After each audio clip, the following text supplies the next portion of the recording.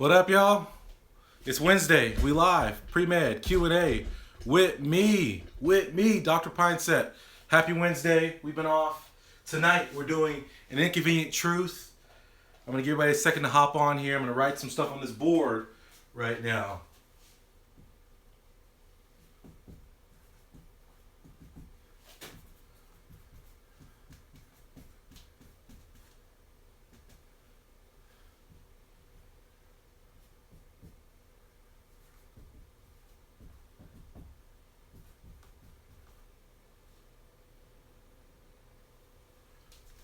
If I could write properly.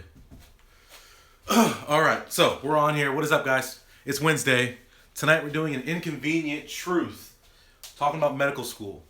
And you guys inspire me consistently to do these videos.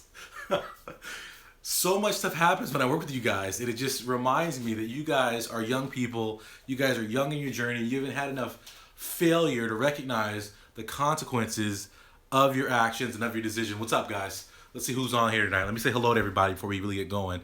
Dan, what's up?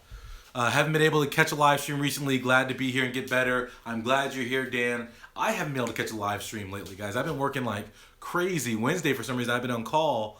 Like, literally, I've been on call basically every other night or every third night. And Wednesday seems to be a day that I tend to be on call. So I have not been with you guys in a bit. But hopefully you guys can come over to Facebook. Check me out on Facebook. We're doing Med School Motivation Mondays over on Facebook. Similar process. We're talking more about the mental aspects and finding support and those kind of things. So, Dan, I'm glad you're with us. C. Charles, as always, what is up? Killer Meister back again. Jugs is new. I haven't seen that one yet. Hey. B. Shaw. Juan, as always. What's up? Cameron. Wendy Bradley, hello again. Ches Tyson, finally on a live stream. Ches in one of my courses, I think in two of my courses actually. Brianna Broad, hello. First time tuning in live. I like it. Isaac, what up? Been using your study tips, the Holy Grail. That's what I'm talking about. Isaac talking about my study tips, Holy Grail. I love it. Use those study tips, get better, be great. And yes, howdy, Glitter Spice. What up, Emmanuel? What is up? Basic Book Nerd, that's familiar too. So happy to see the Wednesday night live streams. Evans Ray, first live. We had a lot of first timers. I'm liking it. A lot of first timers. Let's see. CC, what is up? Audrey, hello. Jug said I usually take 18 credits of classes. Would it look bad if I dropped to 13? Horrible question. We'll get to it later. Mango Supersonic and Eggs asked the most important question, guys. If you get nothing else from tonight, the most important question is Floyd or Connor. And I love Connor. I love Floyd. Both of them are my boys. But Floyd's going to absolutely crush Conor McGregor. It's ridiculous. Absolutely destroy Conor McGregor. Let's be serious. Come on, let's get it going. Let's be serious. I missed you guys too. I'm glad to be back. Raul, I appreciate it. Emin, what is up? Felix, hello. Finally catching the live stream. We have so many first timers. I love it. So if you guys don't know, we're going to be on here almost every Wednesday. And so there's a lot of exciting stuff in the works. And I can't even talk about everything yet. But there's a lot of exciting stuff happening that's going to be available for you guys. So I'm very, very excited about it. We won't get to that yet. But we're back here. It's a Wednesday. And there was a question or something that I wanted to talk about. There was something. Second time catching me. All right. First time. Been binge watching my videos. I like it. Decluttered my desk space based on that lecture. Love it, Brianna. That's what I'm talking about. C. Charles said, use some information from the study course and it pissed off a presenter today. Oh, so C. Charles, you got to send me that message. Send me a message and let me know what you did. Because that's actually something I want to hear. I like when people get pissed off because you're bringing that real and you're bringing that effective learning. So glad to see you guys. Bunch of first timers on here. I'm loving it. And Lonzo's Lakers, you guys know, throw it up. Lakers. And for sure, now the Cavs made that trade today. So you know LeBron ain't staying there. He's coming to L.A. We got it in the bag. Lakers are back. It's going to be showtime. We're going to have LeBron running one wing, Brandon Ingram on the other wing, and Paul George somewhere. But Lonzo's throwing dimes all day, baby. We're going to eat them up. So anyway, let's get it going. So, are you guys ready?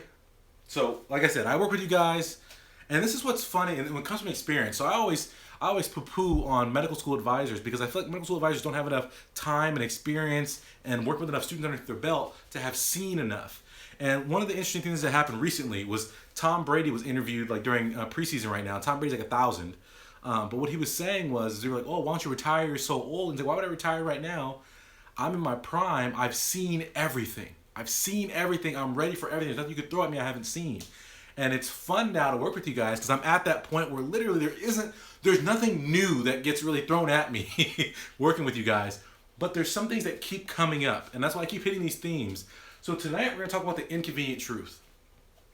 Many people like me because I bring it and it's real and it's raw. Many people hate me because I bring it and it's real and it's raw and it's different and it doesn't fit what's convenient for them. People go to YouTube for affirmation, and they've done studies on this where people will tune into a channel on TV or a radio station.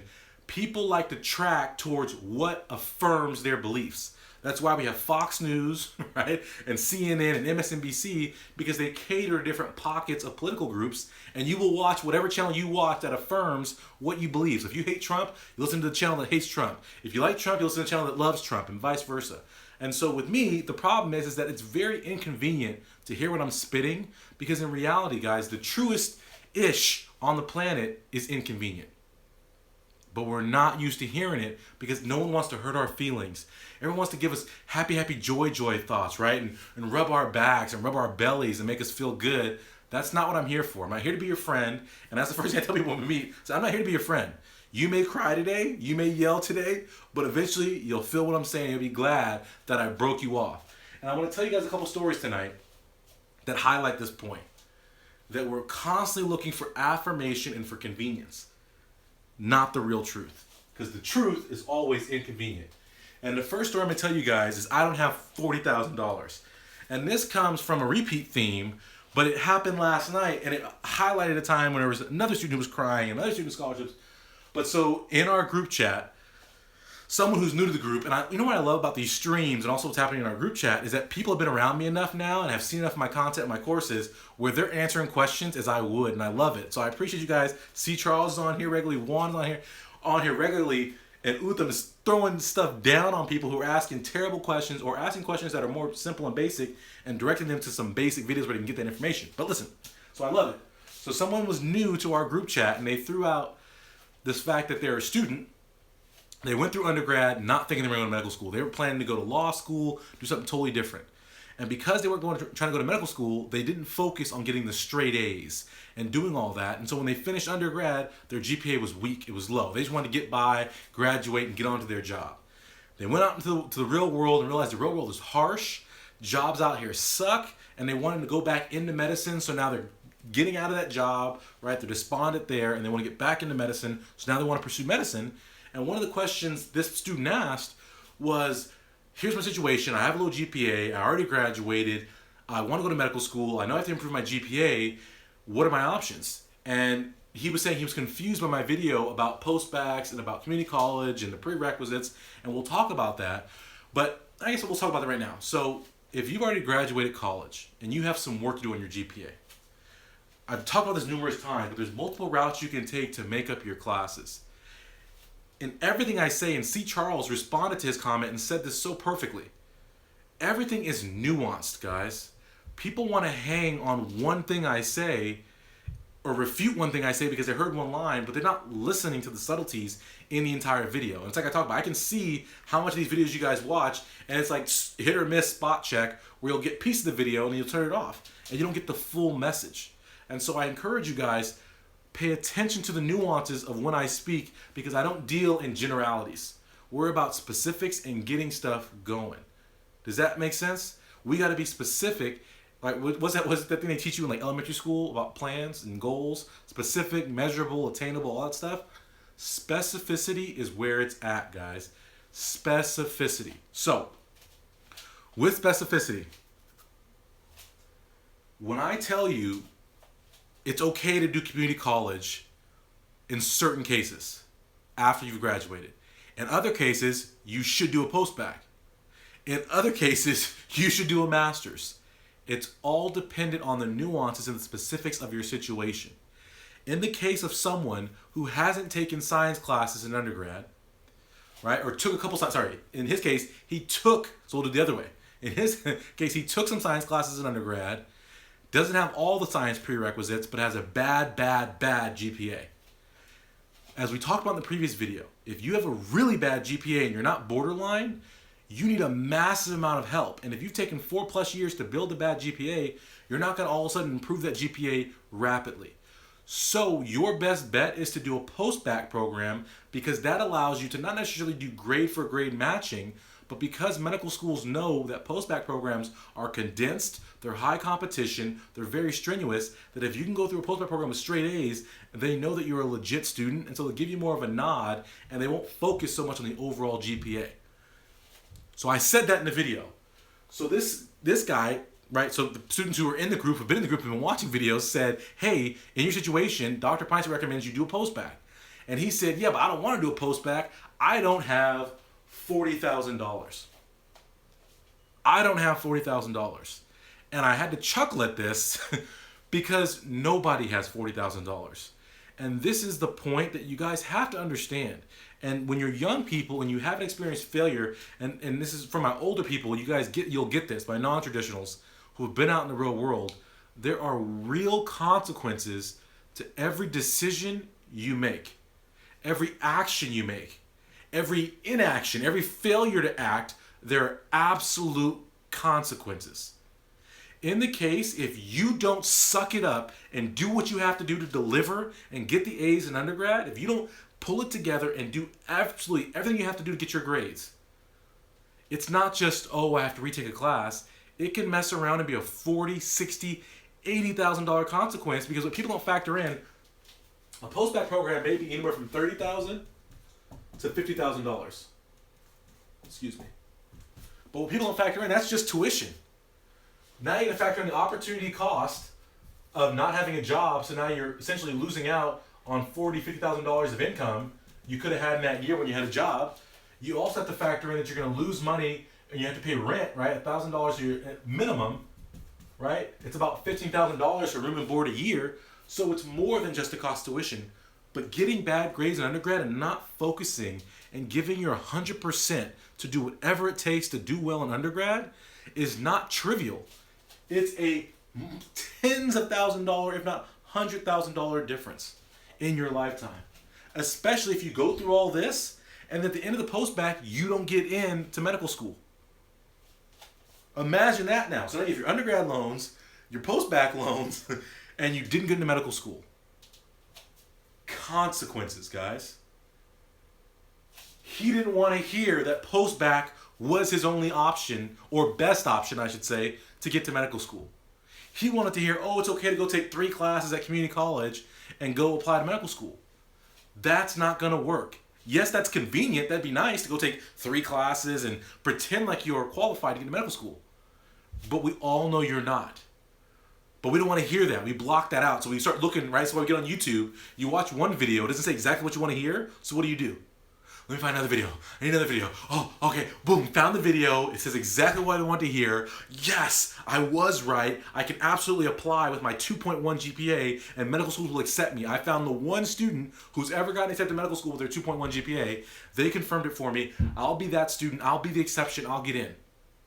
Instead of actually focusing on the real truth, which is inconvenient. Does that make sense, everybody?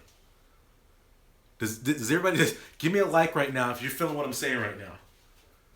We look for this affirmation. It's what these yes men for our friends who tell us exactly what we want to hear. Our parents tell us exactly what we want to hear. And one of the greatest gifts my parents gave me, like I said, we were broke coming up, right? We didn't have money. But what my parents always did for me was give me sound, sage advice. A book, a word, a yes, a no, a slap on the back of the neck when I needed to get my butt in gear. They consistently always held me to the inconvenient truth. They never sugarcoated it for me. They were never yes men for me. And because of that, I went in the right directions. Even though they didn't know it necessarily, they knew what wrong was, right? Not working hard, not dedicating myself. And they could tell me, get it in gear. You guys, stop trying to look for what's convenient. Stop hanging out on YouTube. Stop hanging out in these forums because they're convenient and you want affirmation. Look for things that are true, that ring true, but that may be a little bit uncomfortable, a little less convenient than what you want to hear. And this is one story, right? And this is one guy in a vacuum. But I could tell you more than a handful of stories of students who've had their whole lives flipped upside down because they couldn't get the grades. And I talked about, there's a video I have on my YouTube channel. You guys check it out. It's called Mom, I didn't get into medical school or something like that. And what the video is about is what people don't recognize. The hardest part of not getting to medical school is not like dealing with what you feel about it. The hardest part of not getting to your goals is having to go face all the people who sacrificed for you to get that goal. That's the hardest part. When you have to go back and say, hey mom, I know you worked 2 jobs so I could go to school, so I could write books for high school, for college, and I know you gave everything and you're burnt out and you were hoping, you were there for me, you were supportive of me. I didn't do it. Not because I couldn't do it, but because I wouldn't. I refused to put in the time, the effort, the dedication, the sacrifice to get what I wanted. I refused to be inconvenienced, to be uncomfortable. I was content to be in my comfort zone, and I've not only failed myself, I've failed you. And you guys know, right? It's not the whooping you're gonna get when you break curfew or whatever, right? You guys know, you growing up, it's not the whooping, it's not the grounding. What is it that really hurts your feelings? It's that look your parents give you, like, right? That disappointment that they feel in you. And I'm telling you, I see it all the time. Students will call and tell me and break the news to me that I'm not going to medical school, hoping that's going to make them feel better about telling to their parents, and it doesn't. Because that's the letdown, guys. It's not yourself, right? It's other people. And Nicole just said, my daughter's right here. Her name's Ashley May. She's 16, senior in high school. She wants to know, should she take intro bio, community college right now? We'll answer that later. But the important thing is I saw a daughter there, and it triggered me because for my older students, right, my non-traditionals, I work with a lot of students now who have kids of their own. You look at those faces every day, and if you don't do what you have to do to put food on the table, to get to medical school, those are the people you're letting down, and that stings like daggers. So understand, guys, it's not about being convenient, it's not about being comfortable, it's the inconvenient truth. And I've had students call me crying, whole life's upside down because they can't afford this, even with loans. They don't qualify, whatever it might be, and they can't do the post-bac, or they can't even get into the post-bac. And if they would have just taken care of what they're supposed to do, they would have been fine. And it's like community college students. So many community college students complain that, I went to community college, so I can't go to medical school. No, you can't go to medical school because you went to community college and you screwed around and you didn't take it seriously and you got mediocre grades at community college, and then you got to 4-year university, you didn't know how to study, you had a poor academic foundation, you got to the 4-year university and you got swallowed up and you performed poorly throughout, and that's why you didn't go to medical school. It's not because you went to community college. It's because you looked at community college as something that was inferior and you took it lightly. You didn't step up your game and perform perfectly. You failed yourself. And that's the statistics, right? And this is what's so funny. People don't look beyond statistics.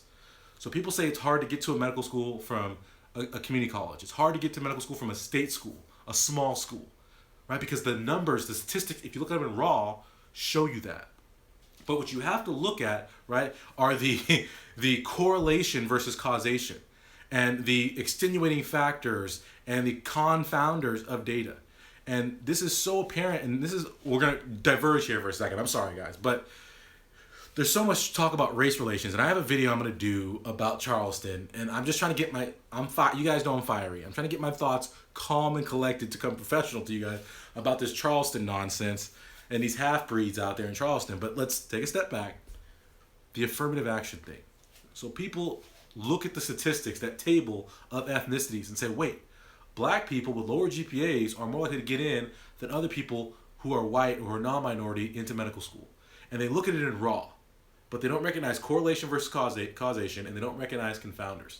And the biggest confounder in that data that nobody wants to talk about, and it's the same thing that happens as a country and as a whole, and with Charleston and all these types of things, is that everyone wants to turn anything into a race issue when it's not a race issue. It's an economic and financial resource issue. Because the reason that blacks with lower GPAs are more likely to get into medical school is because if you look at the financial data, those students are more likely to be disadvantaged than other students. Therefore, they qualify for disadvantage consideration. Not because they're black, but because they're disadvantaged. And that's just the statistics of it. It's the same thing with these white guys out in Charleston who are upset because Mexicans and darkies are taking their jobs. That's not what's happening. If they were really looking at what's going on, they'd understand it's an economics issue. You're poor white, these are poor black. If we got together and said, hey, we're all poor together, let's go get us some money back from these rich people, then you'd be in business. But you allow these rich people, black, white, Mexican, whatever, to get you all confused and jumbled up and fighting amongst yourselves, middle class, poor, at each other, and you don't even recognize the real issue. Because it's not convenient to say, listen, all of us, no matter what our race is, if we're poor, we have a tough time coming up in America. The gap is widening between rich and poor. Why? Because they got us down here scrambling in the bottom while they're getting rich, paying $5 in taxes every year, and I'm getting smoked on my taxes every year. It's the same thing, guys. Inconvenience. So I diverged. I don't even know what I was talking about, but that was important for you guys to hear. Is understand when you hear a statistic like, oh, I know this guy had a 3.8 and he didn't get in anywhere, any medical school, so I gotta have like 3.9. That's not causation. Look at the statistics. That guy who has a 3.8 GPA has never been outside, never held a conversation, and is a loser, so he didn't get into medical school. It has nothing to do with his GPA being not sufficient to get into medical school. Recognize, guys. All right, so that's my first story. And this is all going to come around full circle to some knowledge tonight, but it's important that you guys understand I can spit facts to you guys, and it's hard to hear facts. But if I can bring you a story so you can understand this is real, this is not BS, this is what we're talking about. This is you guys, this is your people. This is you premeds. It's not me. This is your pre-med life, your pre-med story. And some of you guys can relate to this kind of stuff. The next story I'm going to tell is exactly like that first story. And it's I didn't know. And I've told you guys that when people who I mentor are successful, I 1,000% give them the credit. Because yes, I bring them the bomb advice and the bomb guidance and the bomb plan to get where they want to go. But I can give you everything, but it's like, right, horse to water, but I can't make you drink. If you are successful and you're my mentee, or you're successful in anything you do in life, it's always you. So when students, right, my students right now getting all these interviews, hey, thank you so much, Dr. Pinesett, it's all you. I'm like, no, it's all you. Yes, I gave you a plan, but you were dedicated, you worked the plan, you put that grind in, you put that hustle in, you got the GPA, you implemented the study strategies, you implemented the application strategy, you implemented all this stuff to perfection, and now you will go to any school in the country. And that's a beautiful feeling, but it's their work. I didn't know. So there was a student who I met shortly before they were applying to medical school. They came to me, I was at a conference or something. This was before I was doing a lot of talks and everything. I was just at this conference trying to get some information, and they were a diversity student, and they were talking about, yeah, I really want to go to Stanford, but my GPA is not very good, and I was thinking about applying to Caribbean because I heard, Caribbean you can go and get it together down there. And I told him, I said, listen, I don't know you, you don't know me. You're asking me for advice because I'm ahead of you in the curve. I'm at Stanford. Do not go to the Caribbean. We went through his profile. I'm like, listen, you're not a bad applicant. You're not a good applicant. You're not qualified yet. But if you just took a year of classes, your GPA would be where you need it. Your MCAT is good. Just get that GPA up. You'll get into great schools in America. Do not go to Caribbean. And he didn't want to be inconvenienced. He didn't want to wait in that year of that shadow of a doubt. And how many of you guys feel like this, where you'd rather have a definite yes, right, at a lower tier? Right? It's like when you go to that girl who's like a 4, instead of that girl's a 10, because that 4, you're like, nah, I'm like a 5.5. So that 4 is like a sure thing. But that 10, she might say no, right? You want that short, that bird in the hand. So he didn't want to wait the year of that uncertainty and have to grind it out for the possibility of possibly not getting into that medical school. So he just took and just applied to Caribbean. Just applied to the Caribbean, did that, and went to the Caribbean, and went to one of the big schools. I won't throw it out, but you guys know there's 3 big schools. He went to one of those big schools. And he's at that big school, and he thought everything was going to be all good, and it's been a while. It's been forever. And I just, out of the blue, I had the same phone number forever. I get a text from him like, hey, Dr. Pinesett, love all the stuff you're doing. I've been following you. I'm just finishing up medical school. I'd love to talk to you about some residency stuff. I said, all right, cool. So we get on the phone, and he's like, hey, listen, I'm in upstate New York right now doing some of my clerkships, because you remember I went to the Caribbean. I said, oh, yeah, I remember you went to the Caribbean. And, I'm really struggling right now because my application is due next month, and I really want to do either anesthesia, radiology, or surgery. Those are the 3 things I want to do. And I don't want to do general surgery. I'd love to do either cardiothoracic surgery or neurosurgery. I want something that's very specialized, all kind of things. I was like, all right, that sounds awesome. So how can I help you? And he said, I'm just realizing it took me a while, but for international medical students, it's really hard to get these competitive residencies, and I'm really struggling to find someone who tells me I can get in somewhere. And I was hoping that you could ask around at UCSD and see if any of the programs that I listed would accept an international medicine graduate. It's like my statistics are amazing. My step 1 score is 249, which is like 90 something or odd percentile, right? His step 2 score off the charts. His letter of recommendations, everything was amazing. He sent me this whole packet. It's flawless. It's beautiful. Amazing stuff. And what was so sad, I kid you not, guys, I took his profile 2 weeks ago. It was about last week, so maybe 10 days ago. I took his profile around to the program directors for these different specialties at UCSD, and to a person, they all said, no, I can't even look at it. International medical student can't come here. We don't take international. We don't consider them. And it was jacked up. I felt for him, right? So I had to call him back and be like, listen, I asked around, and you guys know, like, I put it down. I was like, listen, he's the man. Look at these, blah, blah, blah. They wouldn't even look at them. I got my program director to at least look at it, but he was like, nah, international student, great stats, but international. And it was so tough to have to call him and tell him, I know you put in the work. I know you did what you thought you had to do with the International Medical School, and you won now getting these specialties, but nobody's going to take you.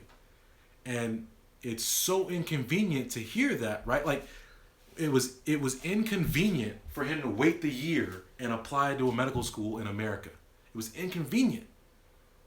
But now, how inconvenienced is he? Because he's going to be stuck in upstate New York, in the South, or in middle America, doing a residency in a specialty he doesn't want to do. And you guys, there's a bunch of people who were commenting, telling me I was full of BS on my international medical school videos and all those kind of things. And I'm telling y'all, it's the truth. It's a much harder path. A lot of programs won't even consider you because you've been stamped. It's like the scarlet letter, international medical student. And even if everything's perfect, they won't even give you a chance. So it's a decision, right? And let me grab my pen. I got so excited here. I threw my pen. It's so emotional. But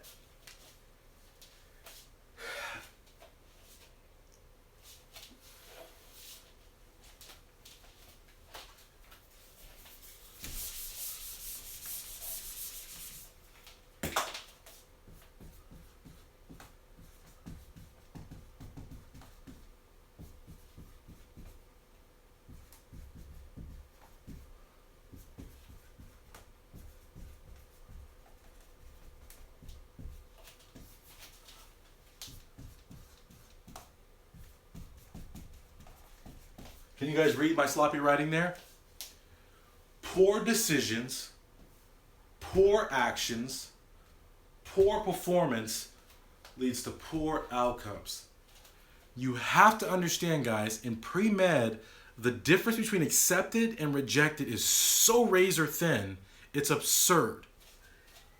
One bad decision, one bad action, one bad performance can be the difference in you not getting into medical school, not getting into residency. It's a simple decision not to wait and take your time and do things the right way. And so often on this channel, you guys hear me repeat the same themes because you guys don't get them. I don't care for settlers. I don't like that. And Juan said the truth hurts. And I met with Juan, and Juan was like, hey, I'm so sorry. You sound like you're angry. And students often say this because I get fired up. I have zero tolerance. It's like I'm allergic. I'm allergic to settling and to excuses. So when I say no excuses to dominate, it's for real. I'm freaking allergic. I will lose my mind when people start giving me excuses. I'm nope, and I'll shut it down because it's the truth, right? And so Juan and I had an excellent meeting. We met for like 2.5 hours. It was all good, right? We shared a pizza. It was beautiful. But I can come off harsh because I'm allergic to this stuff. Because I know this stuff, it only ends up in one place, guys. One decision to settle, to not work hard, and the biggest example of this, so I'm going to tell you guys want to hear something cool? So I told you there's a lot of big stuff in the works, and I can't get into it. But I'm in talks right now to get sponsored by one of the largest, not study company, one of the largest companies in the world to do an entire national tour to have my study course featured in universities across America. It's all kind of crazy. I can't even tell you what the company is. It's ginormous. It's insane. It's an amazing opportunity coming at me. But it's so crazy that this opportunity, I did a talk. So Jesselyn's on here. I drove like 3 hours to do a talk. I did it absolutely free for these kids that were underrepresented, like 3 hours away from me. But 4 or 5 years ago, I can't remember when it was forever ago, I did a talk for junior high students. This is when I think I first started medical school. It was forever. It was like 6 years ago probably. And I went and did a talk. And I was supposed to go with another medical student friend of mine. And we're going to do this talk for these at-risk youth and whatever in this community, getting these junior high kids fired up. And the day of, we're supposed to carpool there. He was like, "Nah, man, I'm tired. I'm just going to hang around and lay around today." I'm like, you know what? I'm going to drive there anyway. And I drove there by myself and went over there. And I did this lecture for these junior high kids. And I went through this, I was just talking about a lot of motivational stuff. And I was yelling at them a whole bunch. And then I just broke down really quickly. I did two things. I broke down the periodic table in like 15 minutes. And then I went through and taught them a new way to do multiplication, division, addition, subtraction that they had never heard before. And I did it it was maybe a whole 30 minutes of math. It was like 15 minutes of math and like 15 minutes of periodic table. It was like nothing. So I went and did this. And I was like, I didn't think anything of it. And then did this thing. And I didn't hear anything about this for years, right? Haven't heard anything about it. And I got a very, very cool LinkedIn message from someone a couple weeks back. It was maybe like a month ago. And was like, "Hey, I don't know if you remember me, but I ran that junior high event where you came out and spoke to the kids." And I didn't remember the event. I was like, "Wait, what?" And I had to go back through my emails and find her name to figure out what the event was. Because it was just one day in between medical school lectures, I went and did this thing. And so we get on the phone. She's like, "I'd love to talk to you about some opportunities." I get on the phone with her. And she was like, "I just had to reach out to you because we just did, I'm sitting down with this big company and some other foundations and whatever. And we were surveying, we actually followed those kids from this program. We followed them from junior high all up to high school. And at the end of high school, we surveyed them and followed their data and those that graduated, whatever. And one of the biggest determinants that the students who graduated and were going to college said in their process that helped them was your talk on math." And I was like, What math talk? And I couldn't even remember the talk. It's like, "Yeah, your talk on math," a lot of them said it inspired them to be better, to try harder because you were telling them about the clock and there's just weird stuff I do with math. But I was like, "Oh my gosh, yeah, I do remember that now." And so it was one of the biggest factors. And so she serves on this panel with all these foundations and all these big companies and talking millions of dollars being thrown around for stuff. And so they were like, "Well, who should we get? Who's this guy? Who's this guy? Never heard of this guy." And she's like, "Well, I can reach out to him. I'm friends with him on LinkedIn." So now I get pulled into all this stuff. And so there's so many balls in the air right now that's working right now. But, right, I could have decided that I was too tired to go out there. I could have stayed at home. I could have mailed it in and said, "Listen, there's some junior high kids. I'm tired. I'll just do nothing. I'll just go stand there and fake the funk for 30 minutes, right?" And I could have had a poor outcome. But I make a good decision, I go, right? I'm active, and I give them 1,000% of everything I got, and in the end is a positive outcome. You never know, those smallest things can be life-changing. And when this deal goes through, guys, I'm telling you, it's life-changing. You'll be like, he was not joking. He was for real. A small decision, a trivial nothing is everything. Everything. Because nothing, right? 2020 vision is hindsight. Nothing is essential. Nothing is the most important thing ever until it is the most important thing ever.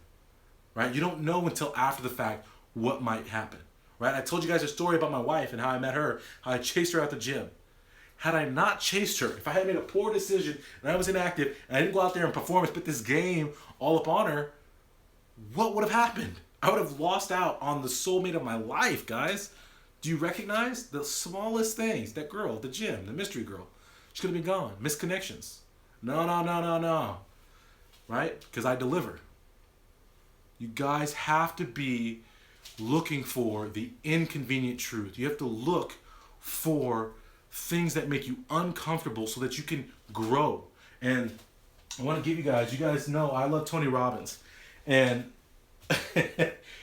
I'm going to butcher the quote. Because I struggle, guys. I read so much, I forget all this stuff.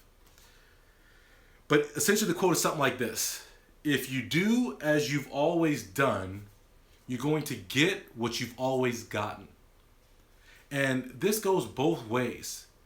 If you do good decisions, do good action, do good performance, you will do good outcomes. You will get what you've gotten, and that's success.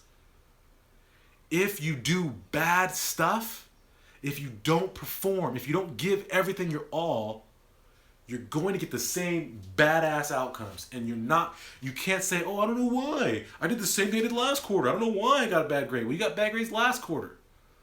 Recognize, guys, make a change. I just flashed to Michael Jackson. Not Human Nature. What's the other one? Gonna make a change. Gonna make what is the song? Why am I blanking? Man in the Mirror. I'm talking about the man in the mirror. Ooh, yeah, something like that. I can't sing. You guys know it, right? But you guys gotta be better, right? Do your stuff. Go at it. I tell you, laziness, settling, it annoys me. I'm allergic. Get at it, right? If you're done being lazy, say, I'm done being lazy right now, and give me a like. Give me a like and say, I'm done being lazy right now while I erase this board. And I can't find my eraser. Y'all got me so fired up, I can't even find my eraser.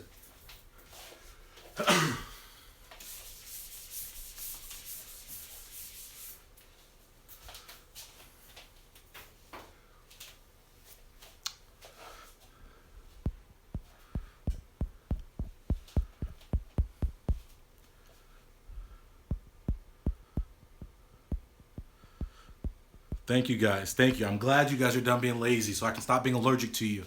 All right. And I thank you guys for being on here as always. We're at 37. How did I talk about that for 37 minutes? But I'm glad you guys are still with me and still on here. I appreciate it. If this is your guys' first time, some of you guys, a bunch of first timers on here, subscribe. There's a little bell. Turn on that notification thing so you can always know when I go live. Get over to my website, www.premedproductivity.com. All that good stuff. And let me start getting to some of your guys' questions now. So Jug said, I usually take 18 credits of classes. Would it look bad if I dropped to 13 credits this semester so I can focus on my MCAT? Also, do med schools care about the rigor of classes?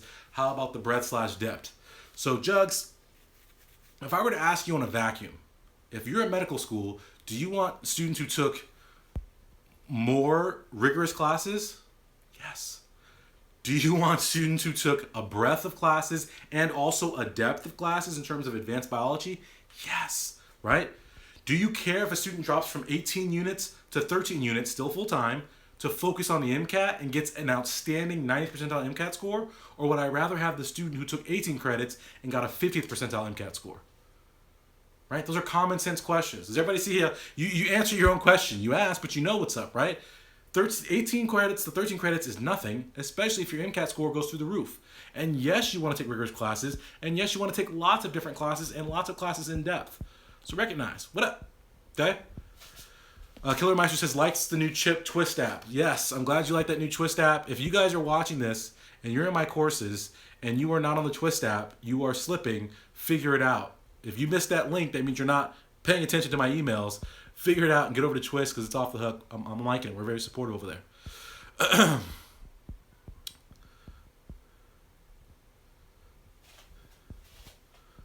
First time on the live chat. A lot of first timers. I'm loving it. All right, Glitter Spice, non-traditional med school, hopeful, going to community college, first time watching a live video, the most helpful. I appreciate it. Thank you for saying my videos are helpful. Non-traditional community college, like I just said, guys, there's nothing wrong with going to community college, nothing wrong with being non-traditional. All you gotta do is dominate. No excuses, just dominate. All right. Community college 2, all right. LA for life. Y'all better recognize, okay, guys, the truth is the truth, right? It may be inconvenient. It may hurt your feelings. Okay, Boston, all excited about your trade. Yeah, I'm glad. You got Kyrie. Do you recognize the Lakers? We might win 5 out of the next 6 championships after next year. Because Klay Thompson's coming to LA. Everybody's coming to LA. Everybody wants to be here.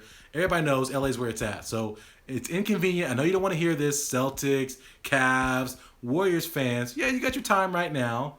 You got your time. But Lakers, we coming. We coming. So Brianna says, yes, I'm doing clinicals. Retaking my ACT for better schools. Let's see. Encouraging. You guys are having a private conversation here. I don't know what's going on here. Let's see. C. Charles always has good quotes. C. Charles said earlier when I was talking about the $40,000 investment to make $400,000. Sign me up. So Juan says something called loans and sacrifice. Exactly. uh, let's see. Yeah, so Christopher, I can't read the last name, Grijalva, said people always want things but aren't willing to put in work required. It's so true. So let me give you a perfect example. So as part of my courses, people roll my courses, where I was like, listen, let's start like something where we can have community, we come together, and we can all learn and grow outside of just the standard pre-med stuff. So let's do this book club. So I'm super excited to launch this book club, and we're going to get together and read books. Somebody's going to lecture. We're going to just share and grow and do all kind of things. And it's so hilarious because a bunch of people were like, yeah, let's do it. And then a bunch of people said, I'm too busy to do a book club. I got a lot going on. And then that's fair. But at the same time, how can you be busier than me? How can you be too busy to grow and get better in yourself and establish community and support around you, right? You want to get better, but then you don't want to put in the effort to get better, to read the books, to be supportive, to participate, right, in the group. And so it's just, it kind of goes along with what you were just saying there. So I appreciate that.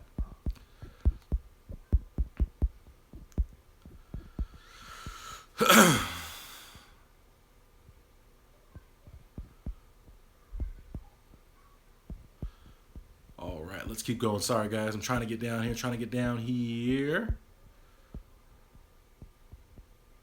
So Mango Supersonic says, listening to your live streams and watching your videos helped me make the decision to go towards a formal post bracket. It's a longer route, but a better one. Exactly. Well, it depends on your situation. But, right, if you have a long way to go, that post back is a nice, the streamlined path to give you the support, the resources, and the classes you need to better yourself, guys.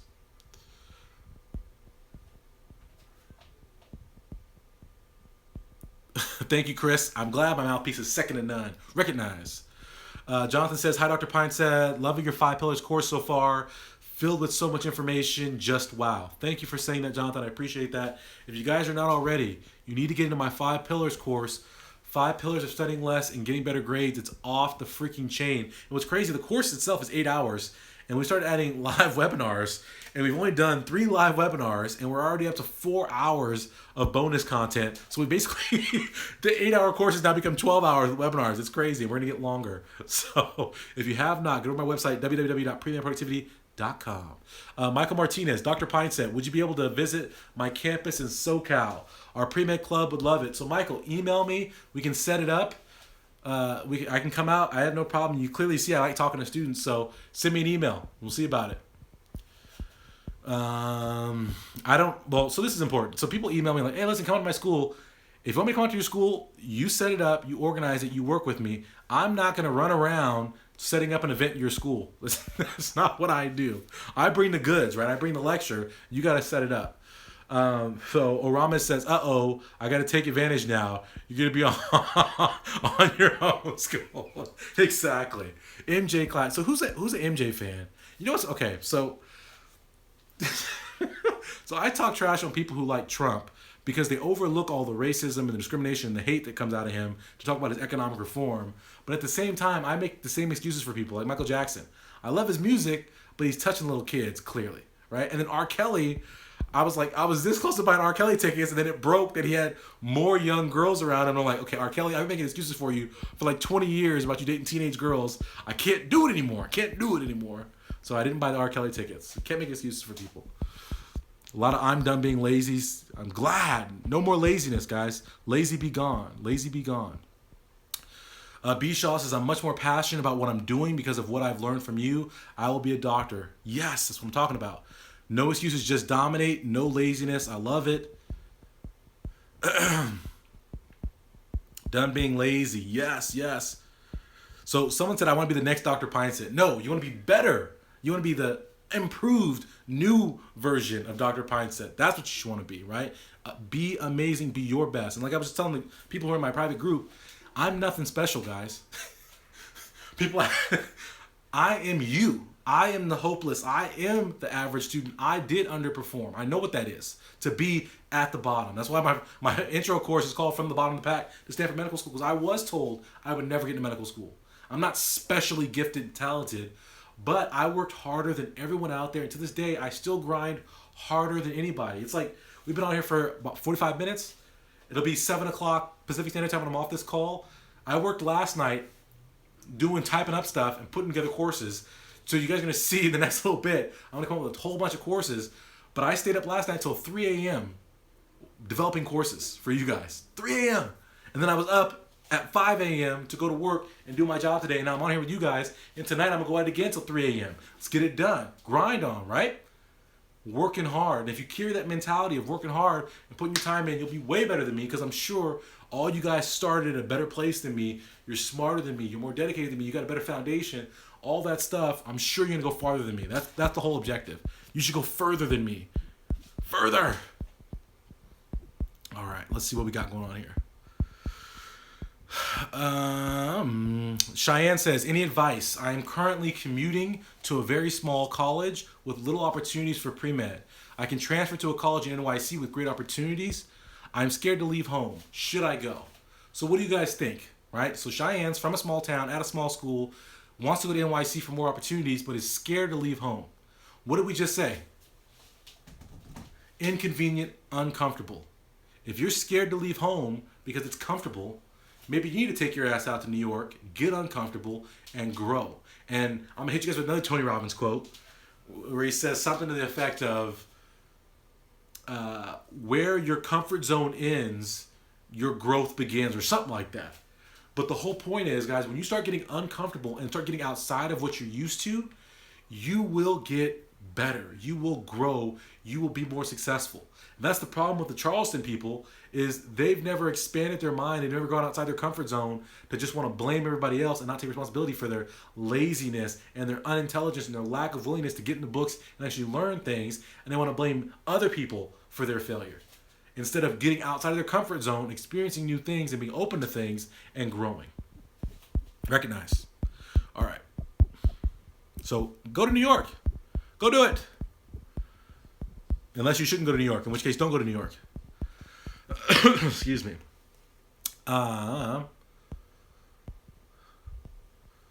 Evans Ray says, preach it. Yes, thank you. Most inspiring video yet. I appreciate that. So Orent Patty says, would a Caribbean medical school be okay if one wanted to do internal medicine or pediatrics? So Orent, so this is, again, nuances, right? This is so important. I'm glad you asked that question, because this is important. I never said and never will say you should never go to the Caribbean. That's not what I said. It's not what I ever say to people. You should only go to the Caribbean under a certain set of circumstances. One is if you are an international student and you just want to go to medical school and you don't want to come to America to practice for your medicine, then ignore what I say about international medical schools, because it doesn't apply to you clearly. When I say about going to competitive specialties, I'm talking about people who want to come back to America. So it doesn't apply to you. Additionally, if you're someone who wants to go into a non-competitive specialty and you don't have any particular need to be in a certain region of the country, you don't mind being in the South or in the cold upstate New York or East Coast, then by all means, you go to the Caribbean school and be just fine going into peds or internal medicine. Right? By year, whatever year it is, they're going to need hundreds of thousands of doctors. And what type of doctors they need? Pediatrics, internal medicine. There's tons of spots available for you if you want that. But my question to you is, when you apply to medical school, so this is the other thing. What percentage of students who think, right, who say, oh, I want to go into whatever specialty when they enter medical school, what percentage would you guys guess? What percentage of students who say, oh, I want to go into peds when they start medical school, what percentage of those students actually go into the specialty they thought they wanted to go into? Let's take a guess. We'll let you guys vote real quick. What do you guys think? What percentage of students who came in saying they want to do one thing actually ended up going into that specialty?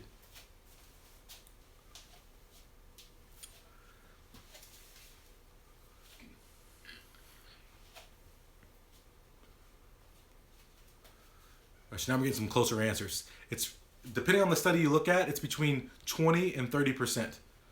So it's like 1 in 5. So more than half of the people who enter medical school thinking they want to do something realize, that ain't for me. And actually, a lot of students even change once they get into clinics in third year. Right before they're about to apply, they have to change their whole thing because they get exposed to something clinically that they didn't understand before, and like, this is amazing. It happens a lot in anesthesia because people don't get a lot of exposure to what anesthesiologists do, so they assume it's boring. It's, you sit there all day, and then once they see anesthesia, like, oh my gosh, this is amazing, and they want to go into it. So what I would say is, even if you think you want to go into a non-competitive specialty, it's just like the guy we talked about in the first one. He was like, oh, I'm just going to go out and work after college, so my grades don't matter. But what if you change your mind? Wouldn't you want to make a decision that leaves options open? So wouldn't you want to get all the good grades in case you want to do something later?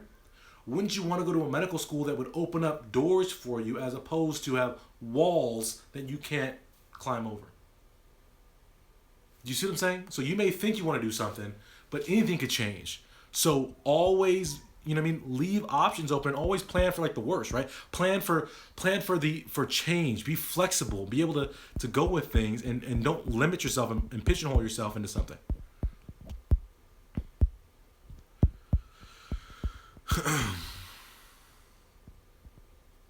So Raul says, I'm a sophomore attending a university, currently working for a pediatric orthopedic surgeon as his medical assistant. I have already secured 3 letters from orthopedic surgeons. Outstanding. I work closely with their PAs as well, and they offer to write me letters as well. Are those letters valid to medical schools? No. Don't have PAs write your medical school letters. They don't care.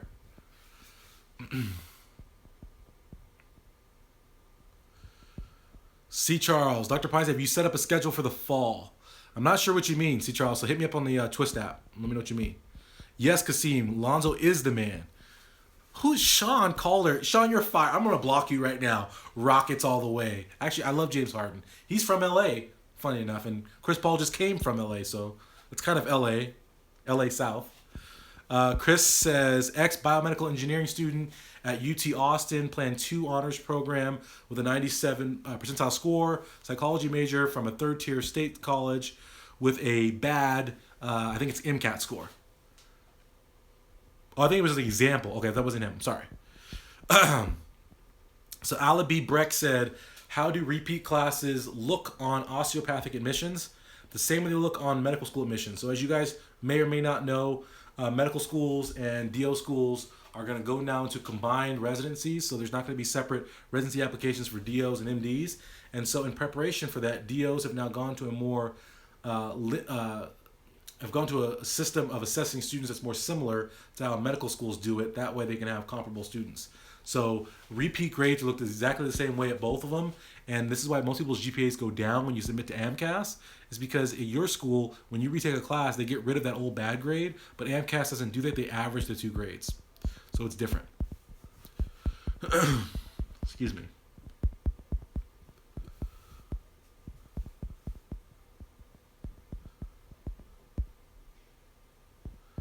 Let's see.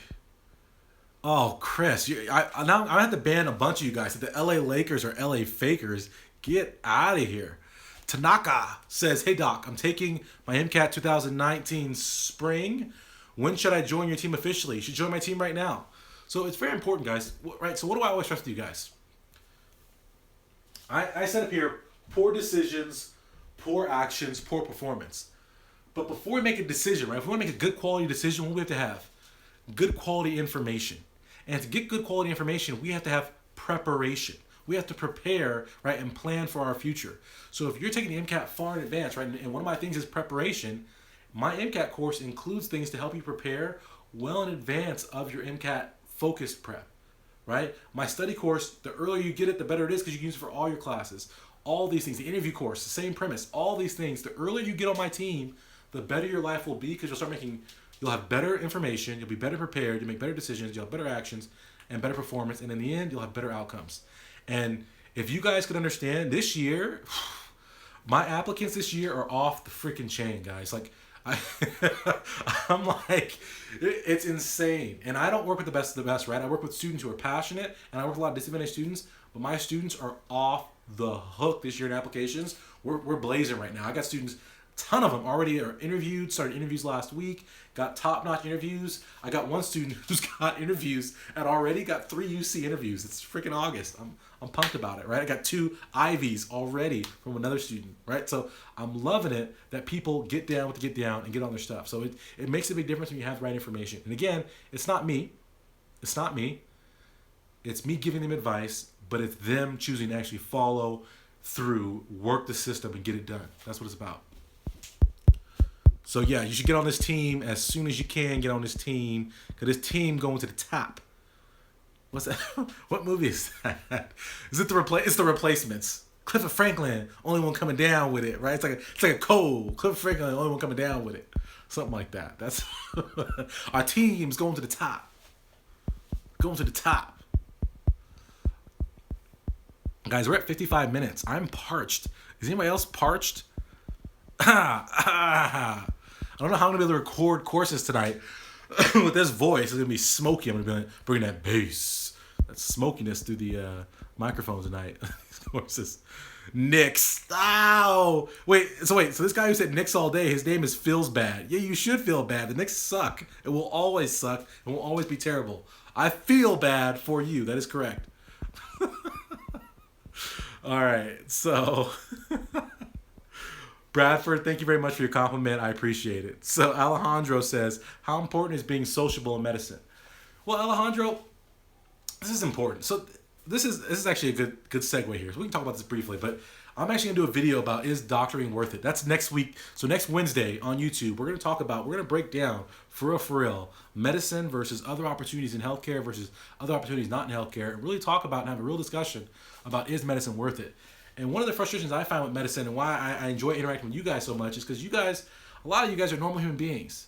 And doctors are not sociable. They're not normal human beings. They're all focused, nose in a book. They're very bland, right? They're very dry. And that's why they treat patients like garbage because they're not human beings. And so if you are sociable, if you're a person who can talk to people and relate to people and be humanoid and be warm and have a sense of humor, you will stand out well above the pack and you will be liked so much more, and it will help you on that interview trail. And as I talk about people interviewing, if you're a person who can talk to people a little bit, you're going to have so much fun on the interview trail because you're going to be one of the few humanoid sociable people, right? So if you're a humanoid, give me a like right now. Let me know that you're a human being and that you're going to be okay on the interview trail. Someone just said, I'm like your spirit animal. I like that. All right, let's see. Oh, tour schedule. That's what C. Charles meant. So yeah, so once I finalize everything with this thing, tour schedule will be coming out early September. You guys will see a list. So based on whatever happens, that will be more tour dates. But as of now, I only have a couple tour dates scheduled because I'm not willing really to do a whole lot of events where I have to cater to somebody else and where I have to come in and do 45 minutes. Because you guys see, we do 57 minutes on the YouTube.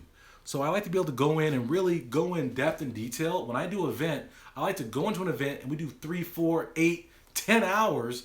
That way when you guys leave that day, it's not like, oh, I left with like one good piece of information. It's like, no, I have a complete plan of attack for whatever we're covering that day, whether it's a whole bunch of stuff or whatever it is. But I like to be thorough, right? It's specificity. So the one date that you guys might want to put on your calendar is, I believe it's September 16th. It's mid-September. We're going to be at Cal State Long Beach doing an event. I'm also going to be at UCLA in September. These are both my own events, so it's all me all day, every which way. So at Long Beach, we're going to do 8 hours. At UCLA, I think right now we're supposed to do 6 hours. I'm trying to get it up to 8 hours. But it's going to be all day, all me, all good stuff coming at you. Cal State Long Beach and UCLA in September. So have those dates available to get at that. And then we'll see what else is happening from there. But like I said, I'm not trying to do a whole lot of events because I can get on here with you guys. This is an event, right? Like we're having a good time. It's Wednesday. Excuse me. So let me see what else we got going on here.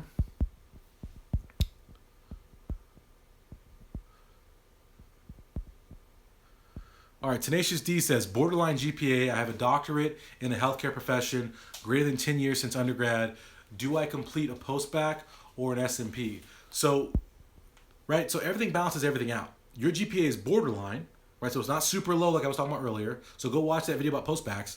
You also have a doctorate. You also have work experience, right? So you have all the things that are in these feathers in your cap to make yourself stand out. So I would actually advise you not to go do a formal post-bac unless you need tons and tons of prereq classes.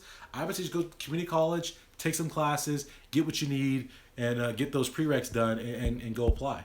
Save yourself the money. All right, we're going to do one more question because we're at 59 minutes.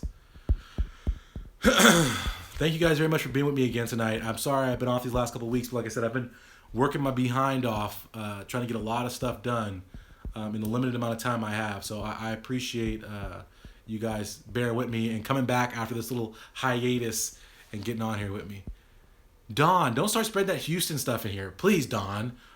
Houston. And I think C. Charles is actually from Houston too. It's ridiculous. These Houston people. All right, one more question. Brianna, to close the day out. How do foreign languages help in med school applications? They don't. Period. Nobody cares that you can speak basic Spanish. Nobody cares that you, right? It doesn't matter. It's all relative and everything. It's how you sell it. So if you can relate your foreign language experience to a story that will cross over and connect with an interviewer, with an application reviewer, that's something that gets you where you want to go. Sophia, what is up? UCLA Prep in the house. What up? What up? What up? So recognize, guys, it's not about necessarily what you do, but it's how you do it, your professionalism, right? Your decisions, your actions, your performance, and the positive outcome.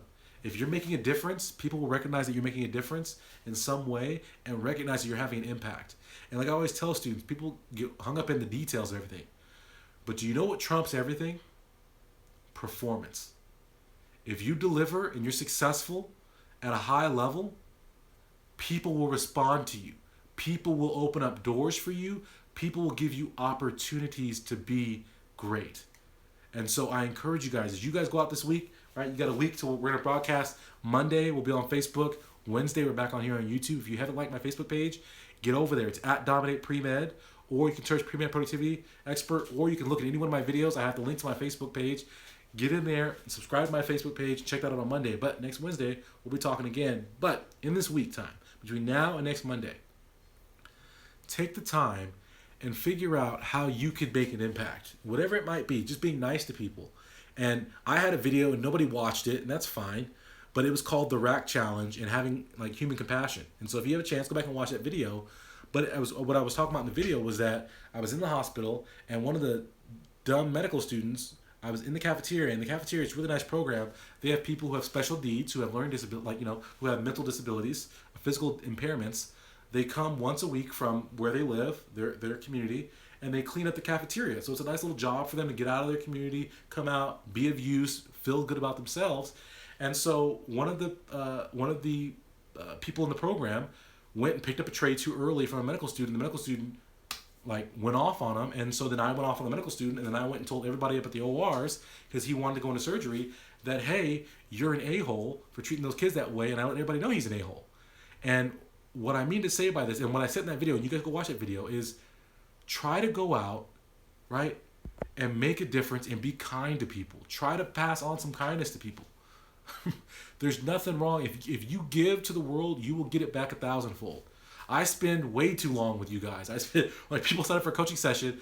We mess around. We'll sit there for 3.5 hours. And, it's just me giving away time and giving away advice. But I believe, right, if I invest in you and then you go invest in somebody else, it's all relative. It'll come back to me by giving of yourself.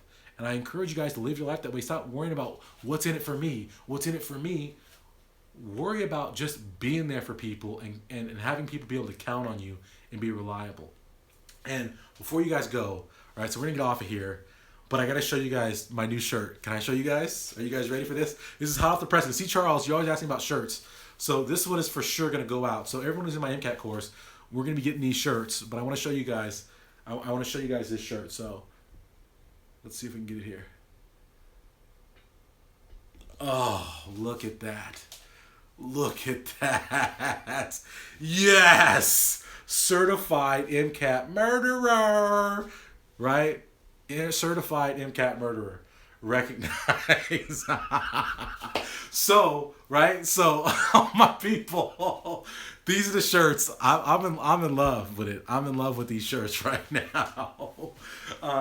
But yes. Certified, y'all. Certified. When you get your score, right? When you take my course and you're ready to dominate the MCAT, you're ready to go murder it, this is the shirt that you got to wear. So I want everyone, we're going to be walking in droves into the MCAT rocking these shirts. People are like, what is going on? What is happening right now? So anyway, all right. Also, if you're not in my MCAT course yet, if you're already in my MCAT course, ignore this. But you're going to be seeing an announcement. So I want you guys to check on my social media in the next, either tonight or tomorrow, just depending on when I get to it. but I'm going to be putting out an invitation to a live, free MCAT webinar. Live, free MCAT webinar. Get on my social media. Live, free MCAT webinar. Who wants to do that? Learn about the MCAT stuff. So get you guys going for the school year. So like C. Charles said, get in the MCAT course, get on my 5 pillars course, and then you can get one of these shirts. Should we show the shirt again? Certified MCAT murderer. Very nice. All right, so you guys have an awesome night. I appreciate you guys sticking with me. 65 minutes. 65 minutes. I'm going to go film some courses now. Get out of here. Go film some courses. All right, so you guys have a wonderful night. Thank you very, very much. As always, please, if you guys like these videos, share these videos. Copy the link. Paste it into your Facebook. Paste it on your Instagram. Get this around so we can spread some positivity, help some people out, and you know what I mean? Help people get better and help people grow. So I appreciate you guys hanging out with me. Let me have a good time. I'm exhausted, but we're having fun. I hope you guys have fun tonight. As always, right? PremedProductivity.com, Dr. Pinesett. We are out. Certified MCAT murderer is out.